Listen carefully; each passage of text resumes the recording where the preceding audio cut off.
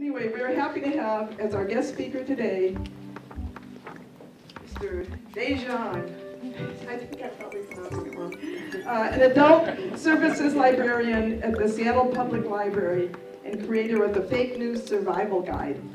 Originally from China, he began teaching a class on fake news after library patrons started asking about questionable articles on their social media during the 2016 election campaign.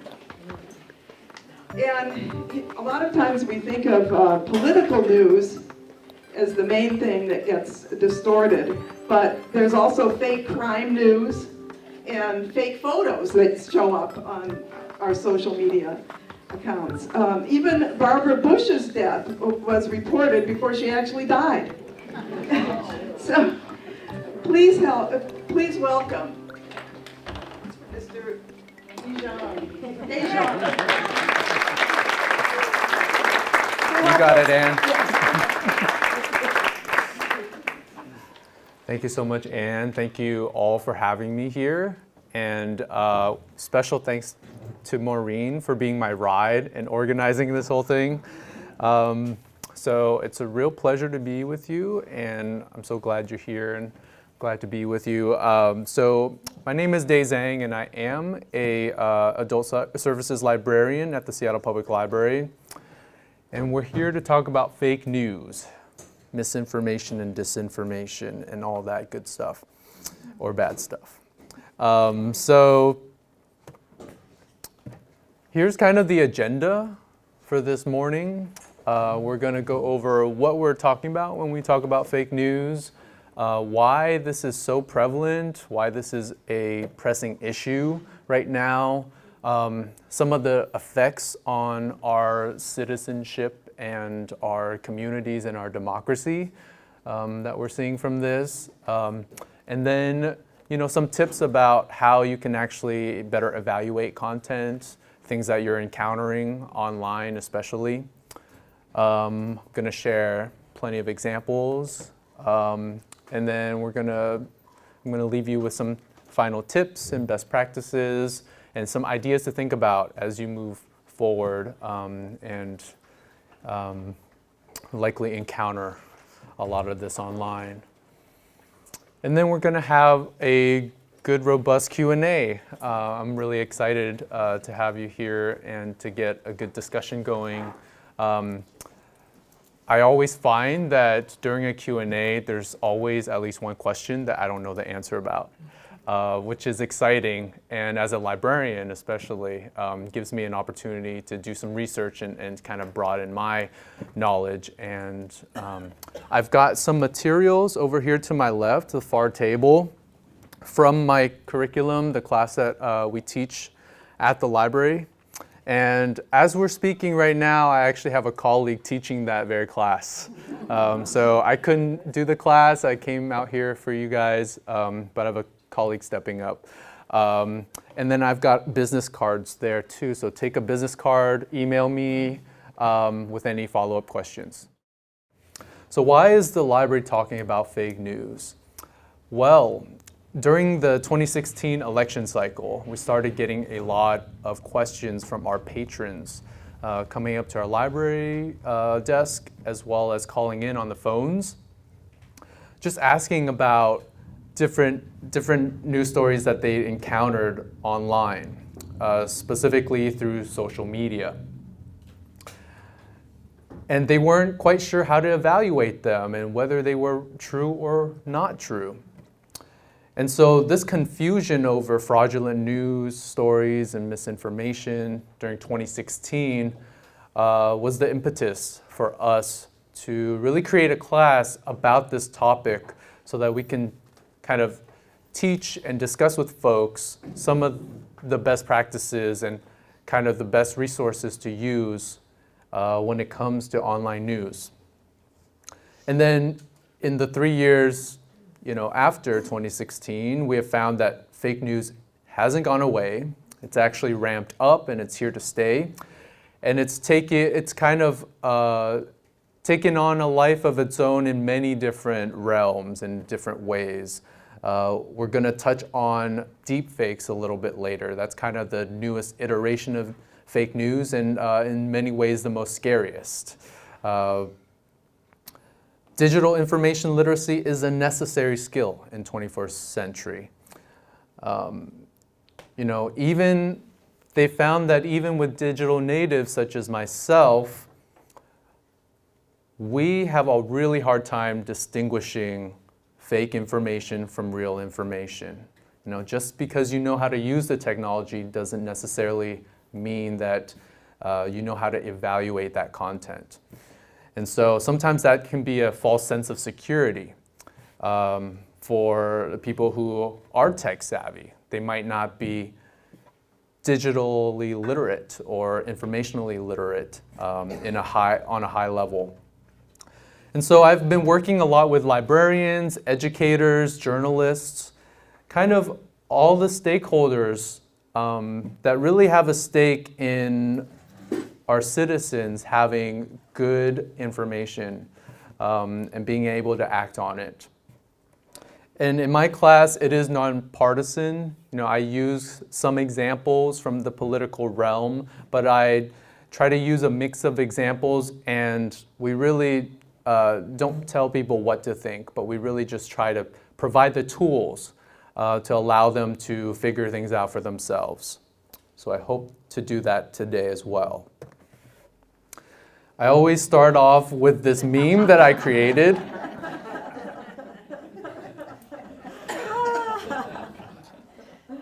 So as you can tell, probably Abraham Lincoln did not say this.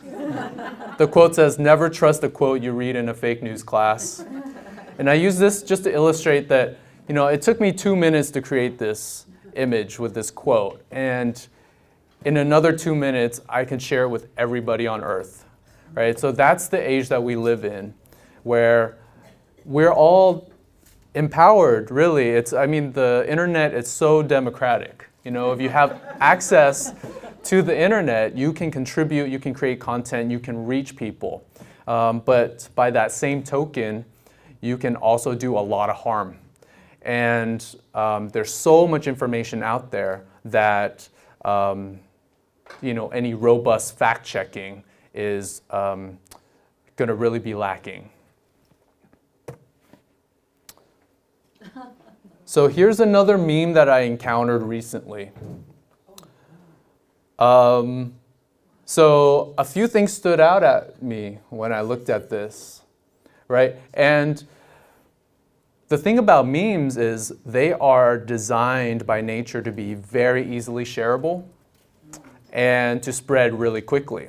So in this case, this is an image. Oftentimes memes are like a short video or a short article that goes viral, right?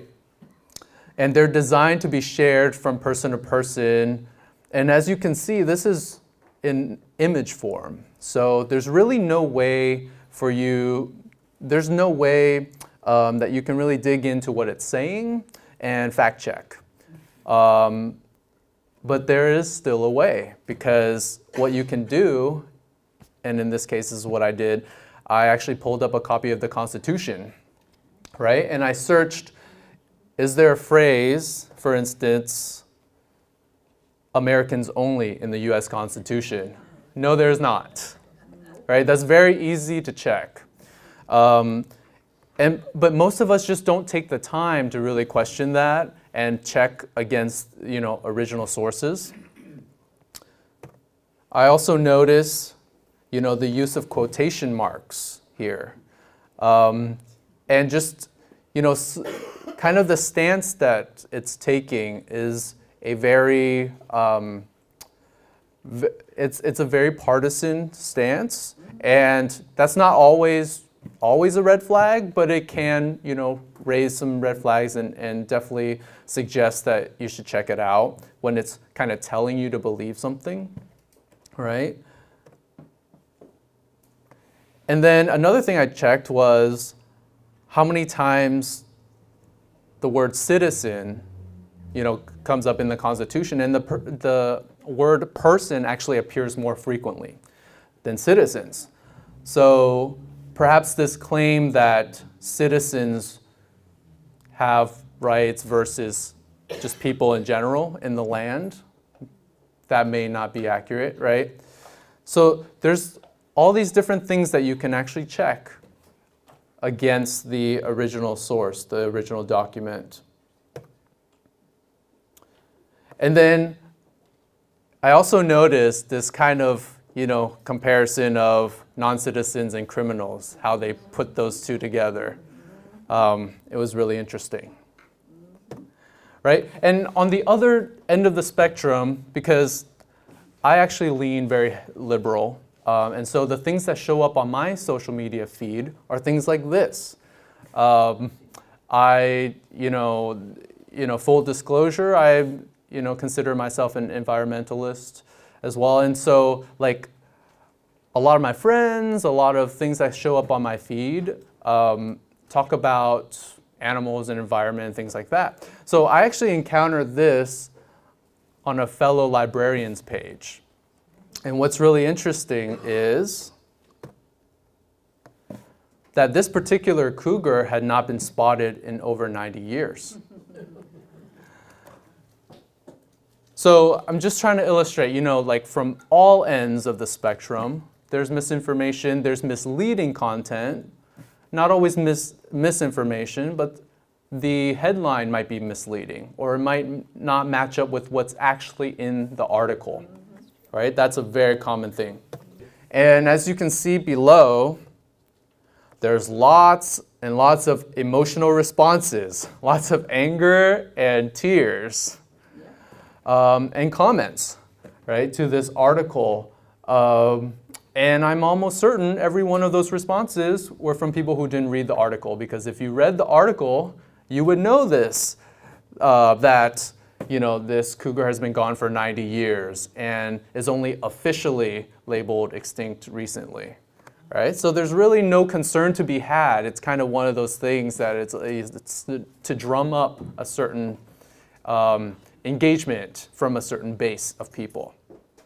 And it works, obviously. Brazil. Brazil has been burning.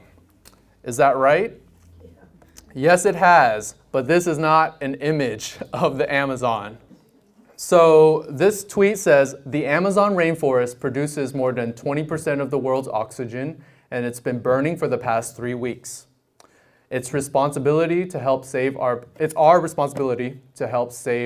planet. Hashtag pray for Amazonia. So this soccer player is one of the most famous athletes in the world, and he's got hundreds of millions of followers on his various social media accounts, and he blasted this message on all of his accounts. And as you can see, there's 386,000 likes on this particular tweet, over 100,000 retweets, so people reposting this on their account. So this gained a lot of traction. And this was not an image of the Amazon. In fact, many celebrities and world leaders actually used images that were not of the Amazon, were not of the active burning that was going on. And it just goes to show that this, no matter what level you're at, education, government, whatever, we're all susceptible to putting out false information.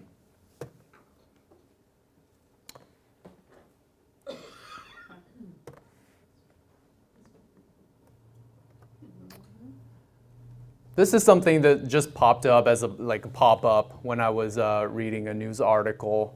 And it says, Trump battles the FDA over Carson's breakthrough discovery. It says, quote, this will not be banned. The American people have a right to have access to this, unquote. And what this is talking about is a brain booster. So they're selling a product to you. And they're using all these celebrities and government people as spokespeople for this product. It's completely fraudulent. But I thought it was just interesting because I'm sure you have all encountered things like this pop up on.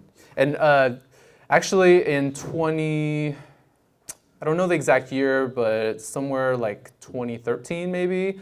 Do you remember the acai berry weight loss thing. That was a huge scandal, right? It was showing up on everybody's feeds and everybody's computers. And they actually got fined a significant amount from the FTC, and that company went out of business. So these types of things can raise up to that level where the government has to step in and say, hey, no, you're defrauding people. So what is fake news? So this is going to be our working definition. There's a lot of definitions, but this is kind of just what we're going to be. This is our idea today that we're working with. Fake news or hoax news refers to false information or propaganda published under the guise of being authentic news. Fake news websites and channels push their fake news content in an attempt to mislead consumers of the content and spread misinformation via social networks and word of mouth. And so just an example of a fake news website, abcnews.com.co. This was one of the biggest fake news websites during 2016 elections. And some of the top news stories came from this website. Now, if you didn't know any different, I mean, abcnews.com.co would sound like a legitimate website, right? And they imitate the layout, they even imitate the logo and headings of ABC News. And so, you know, someone who really doesn't know which red flags to look for might not know the difference. And so, let's see. That's just one example. Oh, and I do want to mention, so the creator of that website and the operator, he was making tens of thousands of dollars. He bragged openly that he was making tens of thousands of dollars a month from the web traffic that was coming to his fake news website during the 2016 elections. So that gives you an idea of why people do this stuff as well. It makes money. So I also want to get a little bit specific. Sorry, the graphic is really hard to read, but there are different types of misinformation and disinformation, as Claire Wardle calls it. She's with First Draft News, and so she created this graphic that I find really handy because it lets you know that there's a spectrum and there's not just one type of fake content. So it ranges from, you know, a false connection, like I mentioned earlier. If the headline doesn't match what's in the actual article, that's a false connection, all the way to manipulated content, like, you know, created, like taking something and completely manipulating it into something else. We also have, on one end, satire or parody. A lot of news, so-called fake news websites will operate under the guise of fantasy news. That's a label that they use in their about page. Or satire or parody, right? But they don't mention it anywhere on their site except that one page. And again, it gets them a lot of clicks. And so they're kind of riding that line of satire. Can you read those, please? Yeah, false connection, false context, manipulated content, satire or parody, misleading content, imposter content, when genuine sources are impersonated, and then all the way to fabricated content where it's new content that's 100% false, designed to deceive and to harm. So when someone, you know, throws a label of fake news, you know, give them a question, like, what do you mean by that? Like, what is it that is fake about it? Is it a questionable source? Is it a false connection? Is it completely fabricated content? Because it could be a whole range. And so, you know, sometimes we throw out these labels and then we kind of act like the conversation's done. Well, that's just the beginning of the conversation and an opportunity to dig deeper and kind of have dialogue with people. Quickly, I want to cover the information cycle. I love this quote from Jonathan Swift. Falsehood flies and the truth comes limping after it, so that when men come to be undeceived, it is too late. The jest is over and the tale has had its effect. And this is even truer in the digital age, where the lie can spread literally in an instant. And then we don't have a lot of resources to fact check every claim online, right? So we have to be really diligent about our consumption. So the information cycle, I find this graphic really helpful from the Library of Illinois, or the University of Illinois Libraries. And what it illustrates is that after a newsworthy event, right, the first on the scene is going to be people with their phones.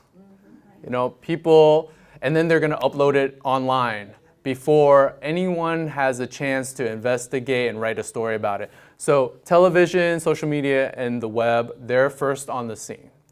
But out of those three, only television really has any kind of editorial process, any type of fact-checking process. And even that takes time. So you're going to see people posting about things that happen before even TV can get on it. And so that stuff spreads right away, right? So those falsehoods can have the opportunity to spread more quickly.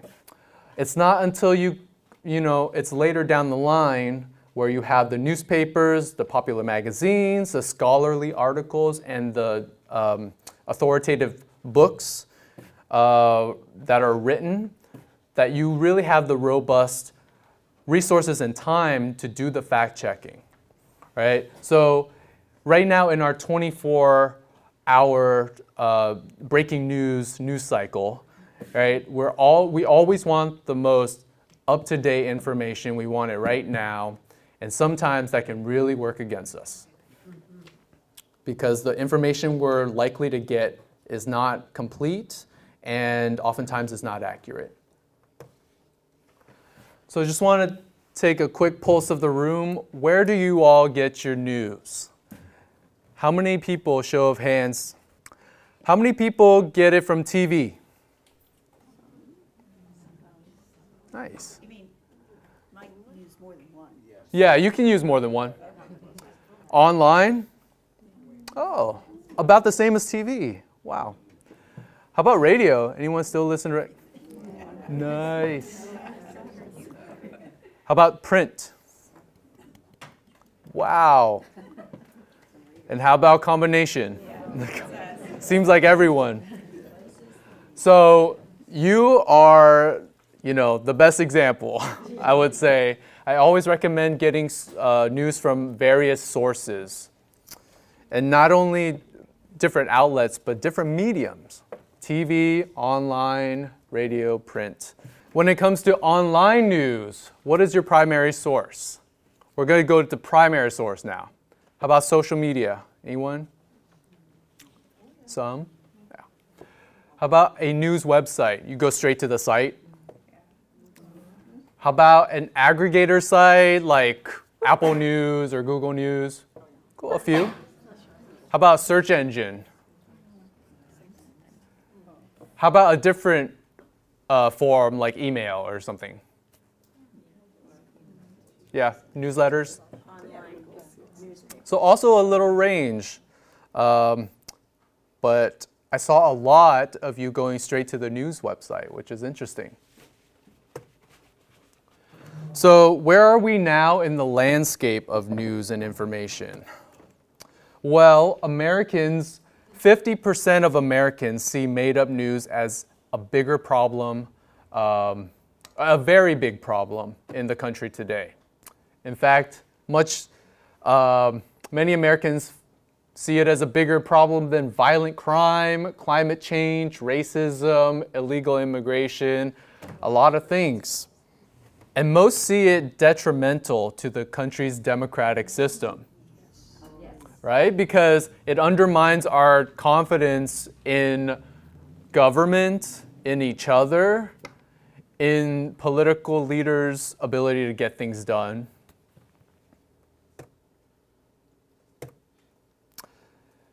And I think Anne mentioned earlier that 2/3 of Americans get news on social media, and it's rising. It used to, about 3 years ago, it was about to catch up to TV. Now it's way surpassed television. So we're in the online age. And most social media news consumers expect news there, online, to be inaccurate. 57%. That's right. And a big reason for that is that they distrust the mainstream media even more in a lot of cases. So this a quote from a Gallup poll in 2016. Now only about a third of the U.S. has any trust in the fourth estate, a stunning development for an institution designed to inform the public. Right? So Americans overwhelmingly see the news media, and that's the traditional news media, as biased. That's one of the reasons why they're moving online, but also people are just becoming more digitally literate and accessing things online. 93% of Americans get at least some news online. 64% of adults say fabricated news stories cause a great deal of confusion about the basic facts about current issues and events. And then this one was really shocking to me. They did a study in 2016 looking at Twitter specifically, and 59% of all links shared were shared without reading first. And so it's really that like reactionary, emotional, I've got to share this before I check or look into it. Yeah, very depressing. And who's susceptible to fake news? A study just came out looking at, again, 2016 elections and found 11% of people over age 65 and shared fake news on Facebook during the election cycle. But it's not just older people, it's also younger people. 80%, so Stanford did a study and they had young students look at different advertisements as well as different news websites and compare them. And 80% believed a native ad to be a real news story. Meaning, have you heard the term native advertising? No.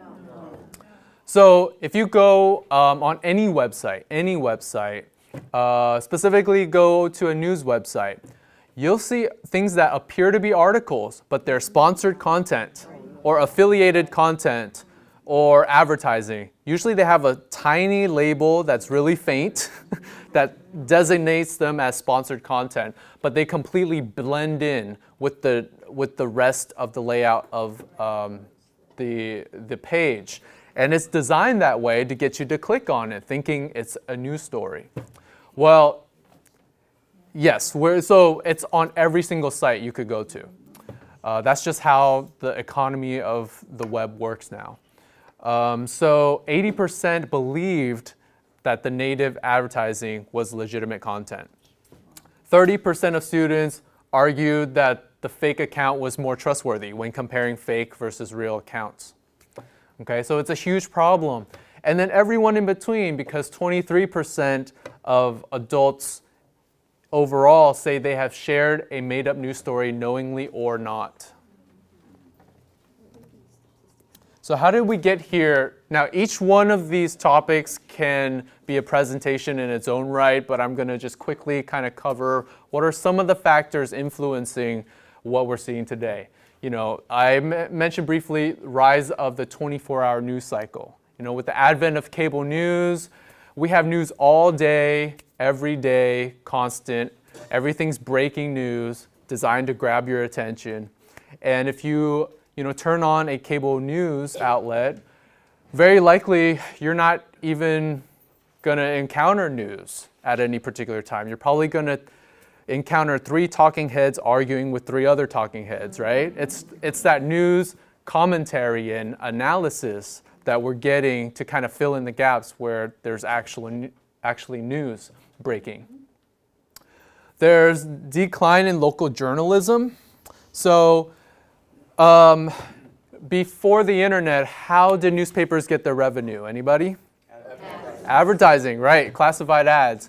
Majority of their revenue came from that, probably 90%. right? But here comes Craigslist, where anybody can advertise to any, very easily online, and that dries up the revenue. And so as a result, thousands of local newspapers have closed their doors and countless others have downsized. And as a result, they're limited in what they can actually report on and the boots on the ground that they can actually put. The rise of the online economy, I kind of touched on this. It's all about clicks, right? So if you're a company and you want to advertise, you're going to go online. You're going to go through something like, Google AdWords or AdSense, and they're going to plug in your advertising on targeted websites. And those sites don't even know what's being advertised on their site because they go through a third party. But anyway, the way any particular website gets money is clicks on it, and because of the ad revenue. And so they're incentivized to grab our attention and get us to click as much as possible, whether that's a sensational headline or crazy claims or whatever you have. And so that really ramps up partisanship, sensationalism, and that type of thing. Social media and smartphones, what was it? Oops, I'm sorry. 2004 was when Facebook came online. And that was kind of a game changer for social networking and social media. And then in 2007, we had the first smartphone, the iPhone, right? And from then on, everybody is plugged in at all times to the internet. There's big data, filter bubbles, algorithms, and AI. I don't really have time to get into all that. So I just want to dig in real quickly to filter bubbles. So every single one of us has our own universe of information when we go online. How many people knew that? It's different from everybody else because these companies, Google, Amazon, Facebook, all these tech companies, they keep tabs on us. They know who you are and what you like. They keep all this data in order to reflect back to you the things that you want to purchase, the things that you want to engage with, the political content you want to engage with. And so your search result for the exact same term is not going to be what mine is. And this is known as the filter bubble. And so we're all in our bubbles online. Kind of crazy. And then the 2016 presidential election was kind of all these factors kind of coalescing into really an environment that was just opportune for misinformation and disinformation. This is a great book, Virtual Unreality. Check it out. It's by Charles Seif. And it really talks about this online economy and this online environment that I've been talking about. There's a great quote from it that says, "The media are being driven further and further into the cut and paste realm by the unforgiving economics of post-scarcity information. It's expensive to be a primary news gatherer."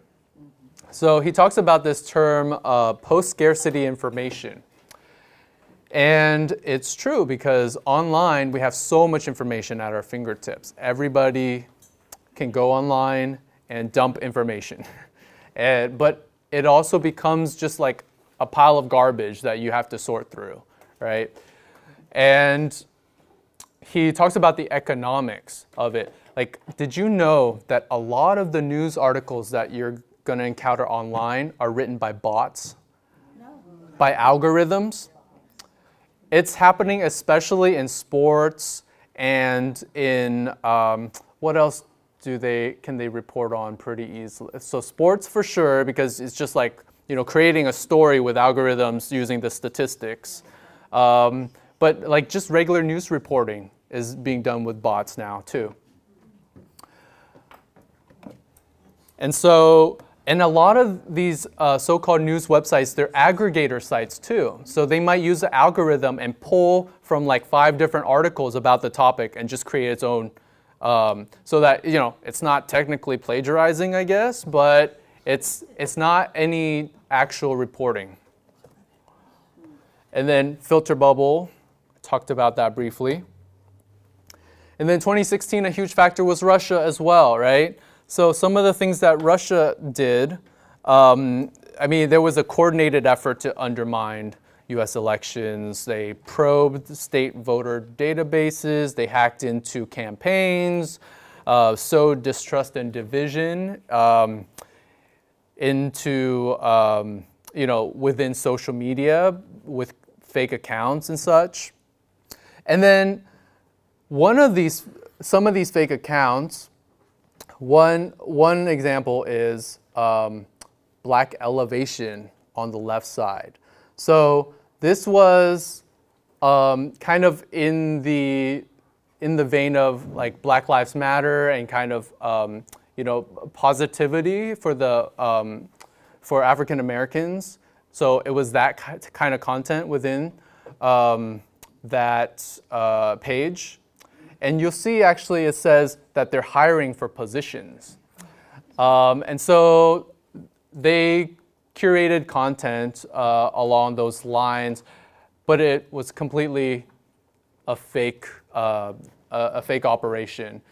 And actually there was a new breaking news story earlier this year that the biggest Black Lives Matter page on Facebook was actually a fake account. And then this other example is called Mindful Being.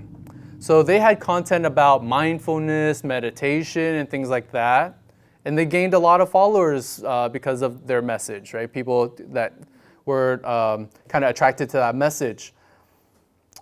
But they actually started putting out political content after a while, and more partisan. And so Facebook, you know, these examples were one of many that came on Facebook's radar, and they looked into it and found connection to Russia, and specifically the IRA, Internet Research Agency out of Russia. And so they closed these accounts down. So, and this is, I'm going to talk briefly about how fake news creation is a business. So using the country of Macedonia, in particular a very small city called Vallis in Macedonia. So this report from CNN says, Vallis used to make porcelain for the whole of Yugoslavia, now it makes fake news. In 2016, there were over 100 websites that were tracked to be from that small town, and people were just popping up these websites with US political content. Many of them had URLs that would lead you to believe they were based in the US, but they were outside the country. And to basically just drum up support for one side or the other type of a thing, and to get clicks. And each click adds cash to their bank account, so it's very clear why they do it. Just going to briefly go over some of the trends in the last few years. So politics dominated, not surprisingly, in 2016. This was the most shared fake news story of 2016. Pope Francis shocks the world, endorses Donald Trump for president. Macedonia, Russia, and other foreign influence. Misleading URLs. As I mentioned, a lot of them will say like usnewspolitics.com or something like that. Another red flag is if it claims to be a long-established news website, but it has a .co. That can be a red flag because .co is a very, very recent domain name that you can use. And then fake news follows real news, right? It's very opportunistic because when something of note happens and people are clamoring for information, that's the best time to put out this content, right? whether it's to drum up confusion and misinformation, or to get people to click on your site so that you can make money because people are trying to find information about it. Some trends in 2017. Fake crime stories dominated. The one site that benefited the most from Facebook engagements was called World News Daily Report. Everything on that site is fake news. There was also a prevalence of create your own news websites. And that's exactly what it seems. So some of them are trying to attract people who are trying to prank their friends or create your news, be outrageous type of a thing.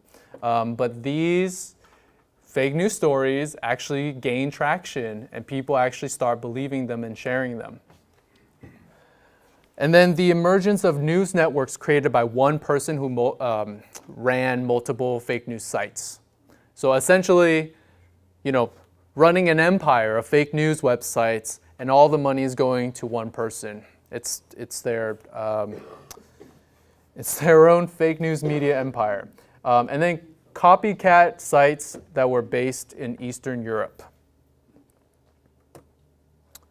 So here are some of the fake news articles that dominated.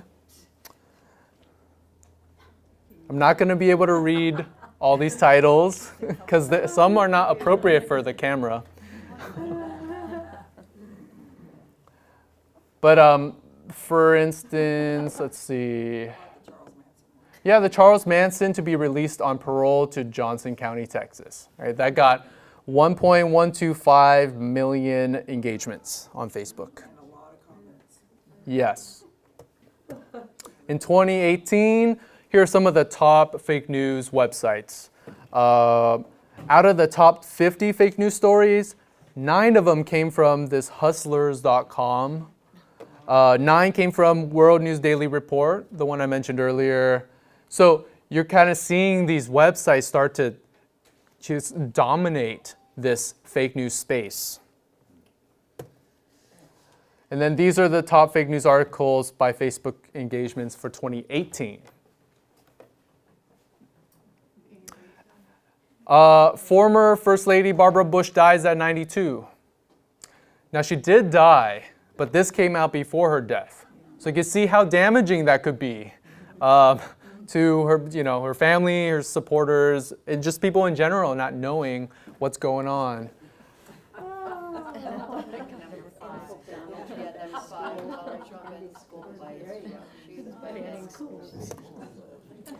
Okay, so this report recently came out from NYU, and they're kind of predicting what's going to happen in this upcoming 2020 election cycle.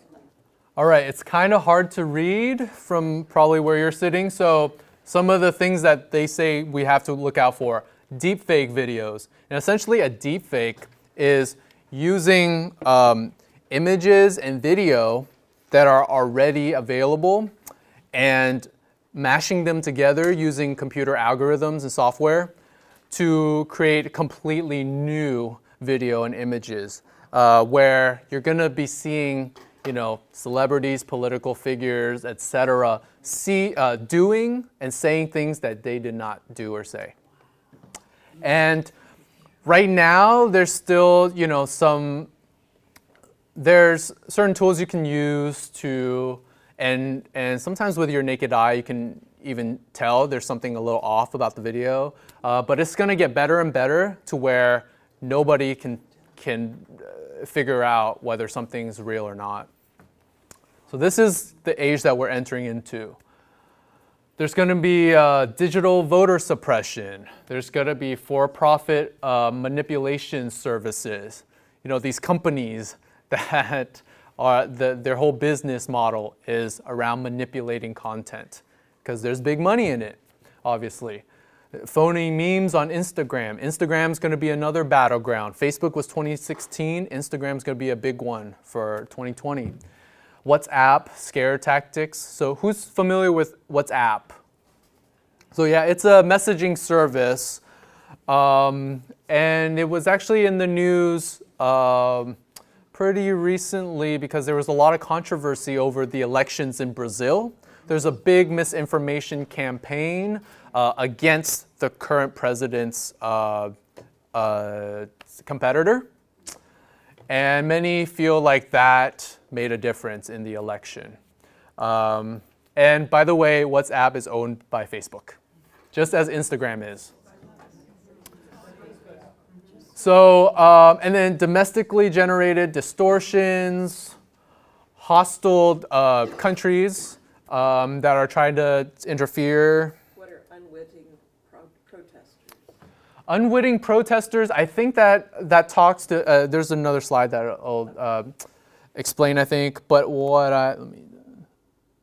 there you go. Okay, so one of the big unwitting Americans, unwitting protesters, people following these sites that oftentimes they create events, like a Facebook event, where they'll create an event for one side, and then they'll create an event for another. And it's really just to get them to both show up and fight and argue, right? So there was, I don't know if I have the, yeah, there was one instance, I might not get all the details right, but there was a Muslim library that had opened up in Houston, Texas. And there was this event for people against it, right? And then there was this event for people for it. And both were created by a fake account. And so it's really just to get us to argue and fight. So some of the effects on democracy, at least that I see. So mistrust in media and journalism, it's going to lead citizens to turn to unreliable sources, right? So as I said earlier, people don't trust media online, but they trust mainstream media even less, right? So where do you turn? Right. Americans can't agree on facts. So it leads to beliefs in false narratives, conspiracy theories, etc. Lack of local journalism, as I mentioned before. So that leads to people being less informed, especially about their local, elections, what's going on in their cities, their counties, etc. And then viewpoints. It's actually been shown that viewpoints become increasingly polarized and partisan when we have less local journalism. Decreased control over personal data, right? So these big tech companies have all our data. We don't own it as a property right or anything. And so, our information is out there and they make money off of it. And really currently there's not too much we can do about that. I mean, we can do things that safeguard ourselves personally, but in terms of legislation or anything, there's really nothing protecting us. So, and then there's increased cynicism and pessimism leading to, people not wanting to engage in the political process, not wanting to talk about issues, being afraid to even voice their opinion or have a discussion because, you're afraid someone would be so outraged or, react in a really extreme way. As I mentioned, right, there's these fake news generators. And this particular site is called react365.com. And it literally allows you to create a fake news story so easily.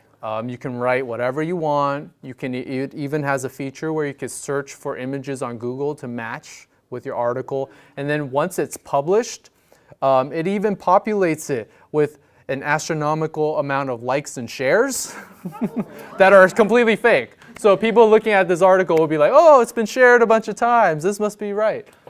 So So here are just 3 quick tips I would say.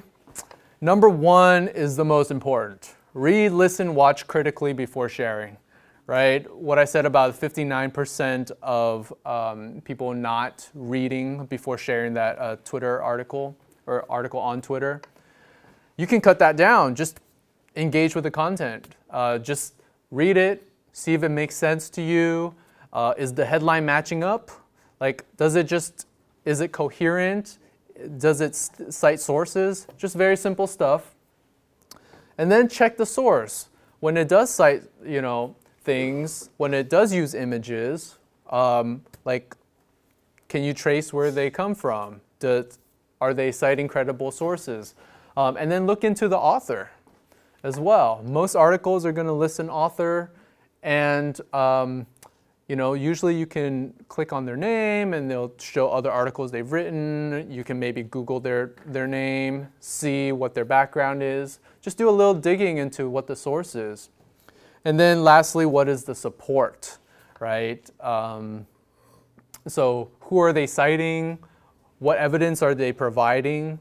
And does it make sense? And if it's too, like wonky or technical, and it's hard to understand, then either take the time to really dig in and educate yourself about what they're saying, or maybe not share it just yet, right? There's plenty of things that I encounter that I'm just like, oh, I'm not sure if I really understand that law or how they're explaining it or this medical device. And if I don't understand it, that's my personal rule. If I don't understand it, I don't share it, right? Some more tips for you. Check the date. You would be shocked how many fake news stories are repurposing something from the past into creating drama or outrage for the present. Is it a joke? Go to the About section of the website. You'd be shocked how many of them claim to be satirical news or fantasy news. And if you just go there, you would know, like, okay, I can't take anything here seriously, right? But most people don't know to go there. Check your own biases. Right? I go through this a lot, and I share examples. I'm going to share some later of times when I got duped or almost got duped because I had a strong pull emotionally to the content. We all have biases, we all have points of view, and if we only, if we only share things that we agree with, or let me just say, we're more likely to not be critical of things we agree with. Is that right? So it's more important to be critical and to take your time with content that you have an emotional attachment to. Consult the experts. If it's a big breaking news story, chances are it's not going to be the only news outlet talking about it, right? So check who else is reporting on this. Can you verify from other reliable sources? Have experts in the field been connected to it? Have people on the ground done investigative reporting? And then you can also check a reliable fact-checking website because oftentimes they'll do a report on a claim or a news story that's inaccurate. Some of my favorites are Snopes.com, PolitiFact.com. There's also factcheck.org.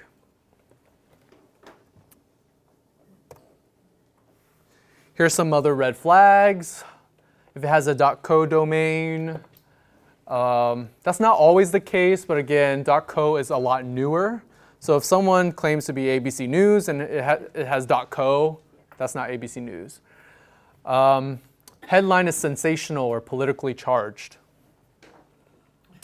It uses caps or excessive punctuation or very poor grammar. Those are some really big red flags. Because oftentimes, the things that have really bad grammar or kind of ridiculous punctuation, they're the ones that are written by bots. The language, or just humans that want to grab your attention, but the language is extreme or opinionated. It claims to contain the secret the media, government, big business, whatever the fill in the blank doesn't want you to know about. Like, I'm the only one that's going to tell you the truth. It's designed for easy sharing, like a meme. It insists that you share the information. Right? That's a big red flag. Right? If it tells you you got to share this with everyone you know, that's a huge sign that you should slow down, really investigate. And this is just one example. The print is really tiny and I can't read it all, but essentially this is a social media style chain letter that got sent to me in 2016 by a very dear friend. It says, I'm just going to read a little bit of it. Important message from Crime Stoppers. Please read, share to your groups. While driving in a rural end of the roadway on Thursday morning, I saw an infant car seat on the side of the road with a blanket draped over it. For whatever reason, I did not stop, even though I had all kinds of thoughts running through my head. It goes on to say that gangs and thieves are plotting different ways to get you to stop and essentially murder you. And so they'll leave a baby car seat out. And then you'll see from over here, it's all caps. Right? It's really attention grabbing. And wow, I just remember thinking, wow, is this real? That was my first reaction. Like this seems really suspect. And so I fact checked it. I went to Snopes.com. Actually, I think what I did, I just Googled like, Crime Stoppers, baby, bloody car seat or something like that.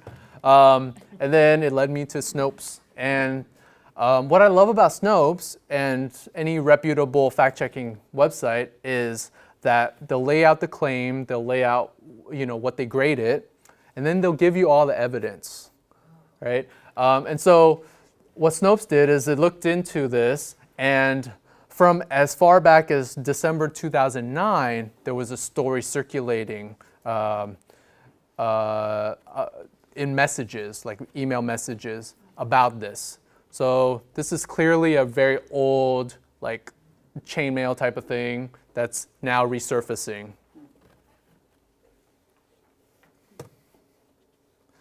And then here's an example where I was so close to being tricked. So this is Emma Gonzalez, right, from Parkland, and she was a survivor of the shootings. And I saw this on my social media account. And again, I lean very liberal and progressive. And so certain things are going to be expected to show up on my feed. And this is one of the things that showed up. And it was promoting the March for Our Lives event, but it was also promoting the shirt that you see her wearing, right?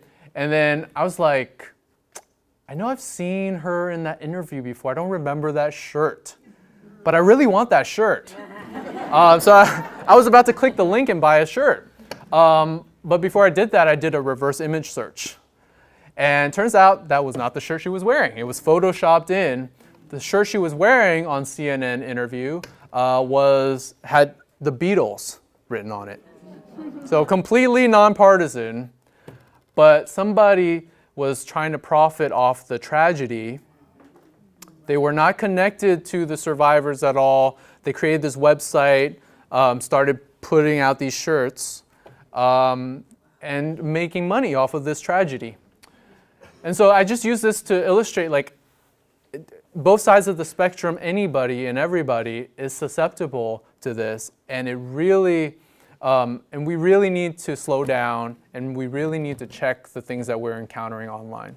How do you do a reverse image search? Very good question. Yeah. Do we have time to do this? I'm going to quickly show you. Okay. So, if I could. Let's see. I may not be able to right now. But if you are on if you pull up Chrome, it makes it especially easy to use Google Images, right? So you go to Google.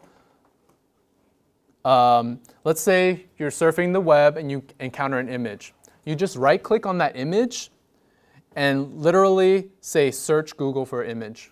And it will give you every instance online of that image. And what it does, it doesn't just search the image, it searches the patterns in the pixels of the image. So that's why it was able to catch the Emma Gonzalez thing, because it was returning the images where she had the Beatles as well, right? Because it was matching the different areas of that photo. And so that was a huge red flag. And then if you're using other browsers, you know, you can download the image and then re-upload on Google or another image search engine. But if you go to our class, we actually have this exercise. Oh, and next we're going to do deepfakes. So I actually should have stayed on the browser. So remember I told you about deepfakes as the next level of fake news? Check this out. Expected Amy to win. So I just like, it was just, this was very truly surprising for me. Yeah, I was just really surprised. Hi, here. Sheridan Watson from BuzzFeed right here. Hi. So you're a huge Bravo fan. Oh, Who yes. is your favorite and least favorite housewife of all cities? My favorite is probably Lisa Vanderpump. My least favorite, I don't want to have to say. I mean, I don't want to have to say, because who knows when you're going to run into these people, you know? Jennifer, over here to your right. I hope I don't. I hope I'm never in that, like, situation where I'm like, all the housewives are here. Anyway. Actually, I take that back. I do want to be in that situation. Jennifer, over here Yes, to your Sam right. Smith? Oh, sorry. Yeah. I have a So that is Steve Buscemi's face on Jennifer Lawrence's body.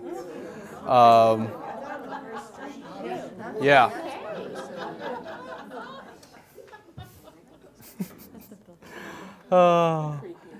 And then, I mean, there's just countless examples now. And basically, anybody with a computer who can get a hold of one of these programs that are becoming more prevalent can make stuff like this. You know, it's becoming very, very common. And the software is getting better.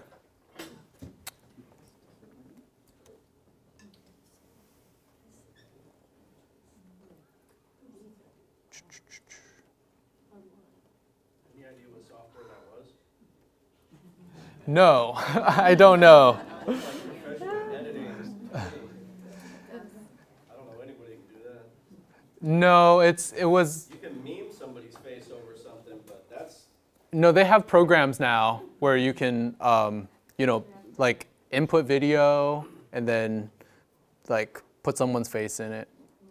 Yeah. News has a really good article on deepfakes, and it shows how it's done. They even met the person that developed the Yeah. app that does A lot of the development happened actually in the University of Washington.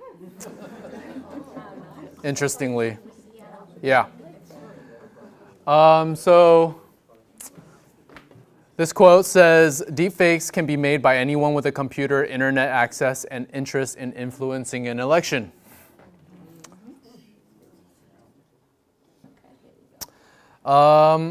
So I love this quote. The first principle is that you must not fool yourself, and you are the easiest person to fool. Right? And, you know, it's kind of, I find it kind of strange that I'm a librarian trying to teach humility. That's kind of, but that, I feel like that is one of the biggest keys to getting our grasp on this issue, is because you know, when you feel like you're knowledgeable, or you feel like you're right, or you feel like, you know, this information has to get out, that's when it's most likely to be fake, and that's when it's most likely to do harm. And so, you know, just taking that introspective approach and really questioning, okay, do I really have a full grasp on this? Have I checked enough sources? Have I gotten enough expert opinions and listened to different sides of the issue for me to really share this in a responsible way? And I think that approach is the hardest, but is the most is the most fruitful and responsible. And then here's another example that I talk about. Google is so tricky.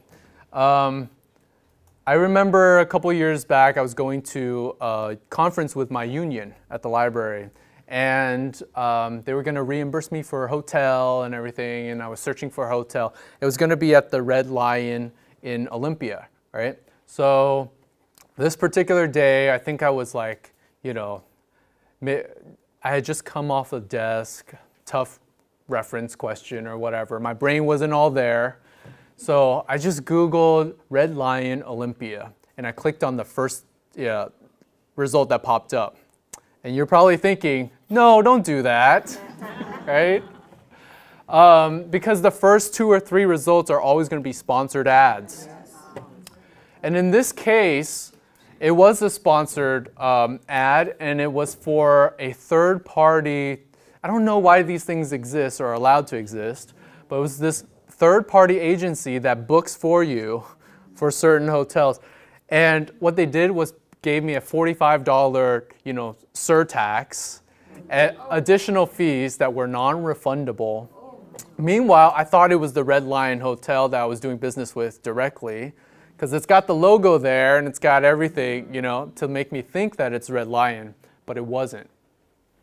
And so I just use this example as like, I teach this stuff for a living and I get tricked. So again, there's that humility. It's like, you know, we're gonna mess up, we're gonna make mistakes, and we also have to own up to that and kind of let people know, like, oh hey, if we got tricked or we shared something that wasn't right, correct it and let people know. And you know, also when people share things that aren't accurate, you know, gently and with kindness and love, you know, show them, you know, where they may have gone wrong and the evidence that says otherwise. Because we really need to be a community of fact checkers. We can't just rely on the big tech companies to do all this, because clearly they're not able to be successful.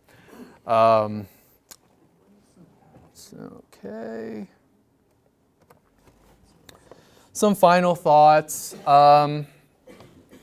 We talked about the new economy of online news, but I also want you to think about when I talked about earlier about how our information is used by these tech companies to make money, right? So when you get something for free online, you don't actually get it for free, right? You are the product. Your information is the product. And I welcome you fact-checking me on this. It's just something I heard. I did not check this. But I heard that a study came out that said our data is now worth more than oil. And so, again, check that. That's your homework. Is that true? But if it is true, it's like, you know, we are the product. They're gathering all this data from us, and we're getting some convenience back, but are we really in control of our data? And that's a whole nother conversation about, like, you know, should we own our own data? Should we have more things in place for us to be able to opt into things rather than have to opt out? And should we know where our data is going and how much money is being made off of it, and should we maybe get some of that money back? So there's just all these issues. And then, of course, don't trust one source completely, right? Like, no matter how much, you know, you love this source, and no matter how many Pulitzers it's won, you know, it's not infallible, and it always will benefit you to check various sources as well as, you know, various mediums like we were talking about earlier, try radio, newspaper, online, all the above. And then if you see something that can genuinely be a scam or illegal behavior, report it to FTC as well as the Attorney General's. How do you know it's illegal? Or might be illegal. Or, you know, like, for example, the news article earlier about the brain booster, I actually reported it to the FTC.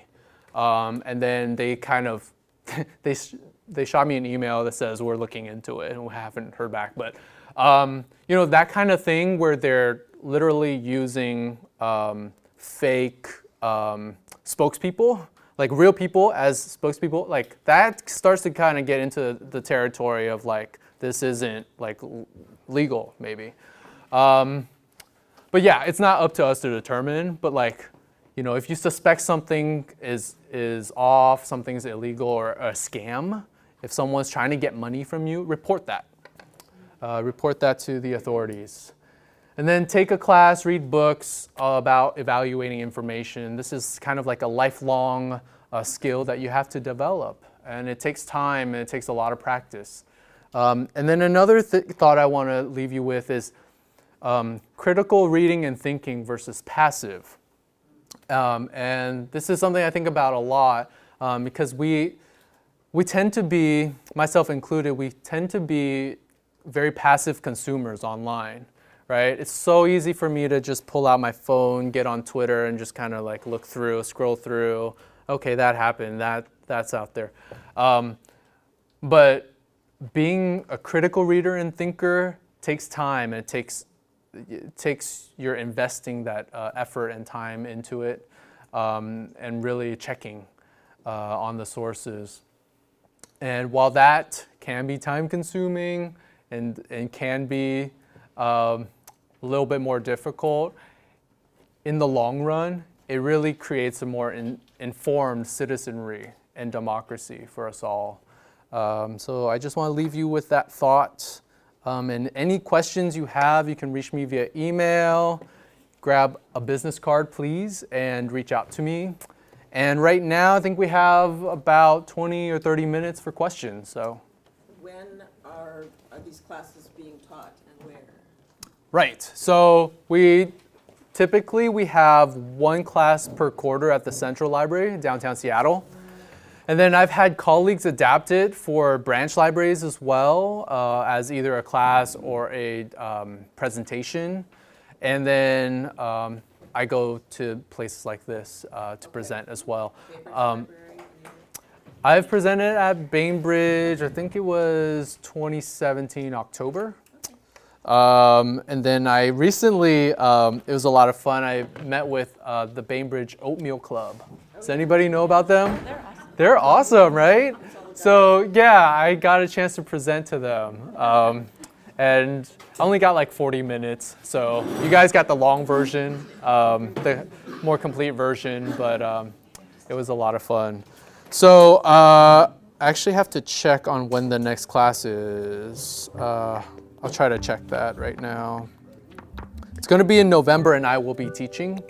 A lot of the content is going to be the same as what I'm presenting today, but we'll have a lot more time to do these exercises and to actually go on a computer and like, you know, do some fact checking. Yeah, I'm checking on that. Yeah, you can just go to spl.org and search our events calendar. Just type in fake news. But yeah, if you're interested or you have questions, just reach out to me. Thank you.